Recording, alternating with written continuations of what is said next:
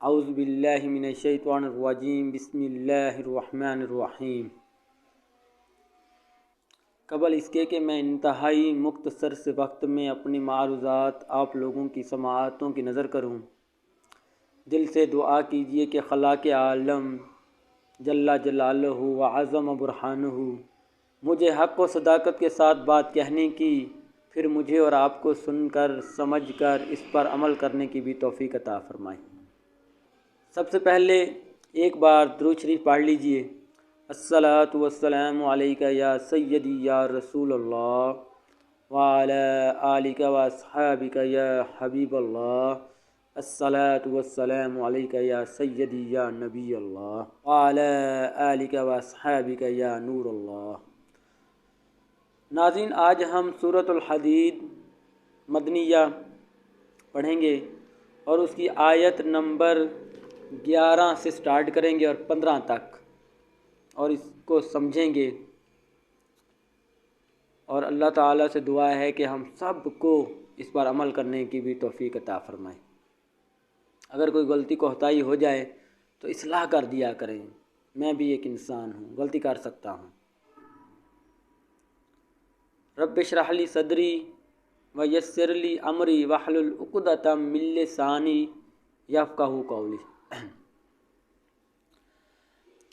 من ذا الذی یقرض اللہ قرضا حسنا فیضاعفہ لہ ولہ اجر کریم۔ کون ہے جو اللہ کو قرض حسنہ دے اور وہ اس کو کئی گنا ادا کرے گا، کئی گنا زیادہ اسے عطا کر دے گا، اور اس کے لیے عزت یعنی جنت ہے۔ اچھا، ایک دیا بھی اللہ نے، دے کر کہتا ہے مجھے قرض دو اور پھر میں آپ کو اس کے بدلے میں کئی گنا واپس لوٹا دوں گا۔ حالانکہ قرض اتنا ہی لوٹایا جاتا ہے جتنا دیا جاتا ہے، لیکن ادھر کئی گنا زیادہ لوٹاؤں گا۔ اور کہا کہ صرف یہ نہیں، اور تمہارے لیے میں نے اجر عظیم تیار کر رکھا ہے۔ کیا ہے وہ اجر عظیم؟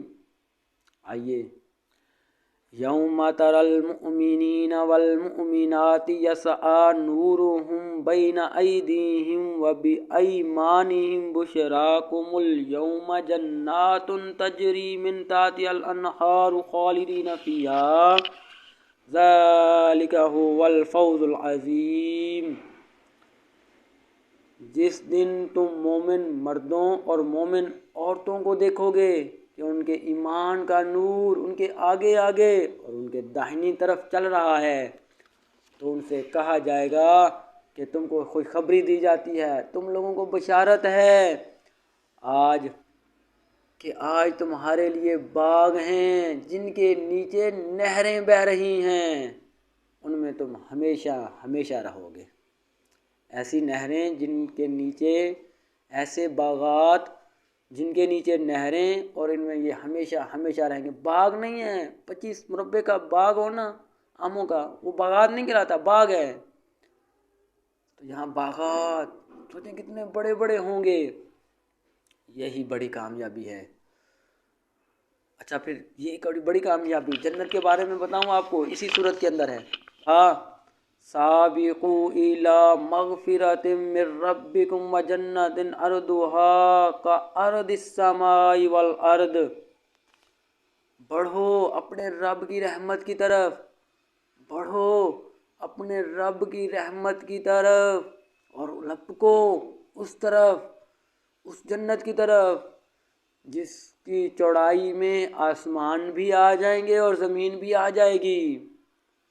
اتنی بڑی چوڑائی جنت کی، لمبائی کا کیا عالم ہوگا، اور جنتیں تو بہت ساری ہیں۔ وَأُعِدَّتْ لِلَّذِينَ آمَنُوا بِاللَّهِ وَرُسُلِهِ، اور تیار ہے ان لوگوں کے لیے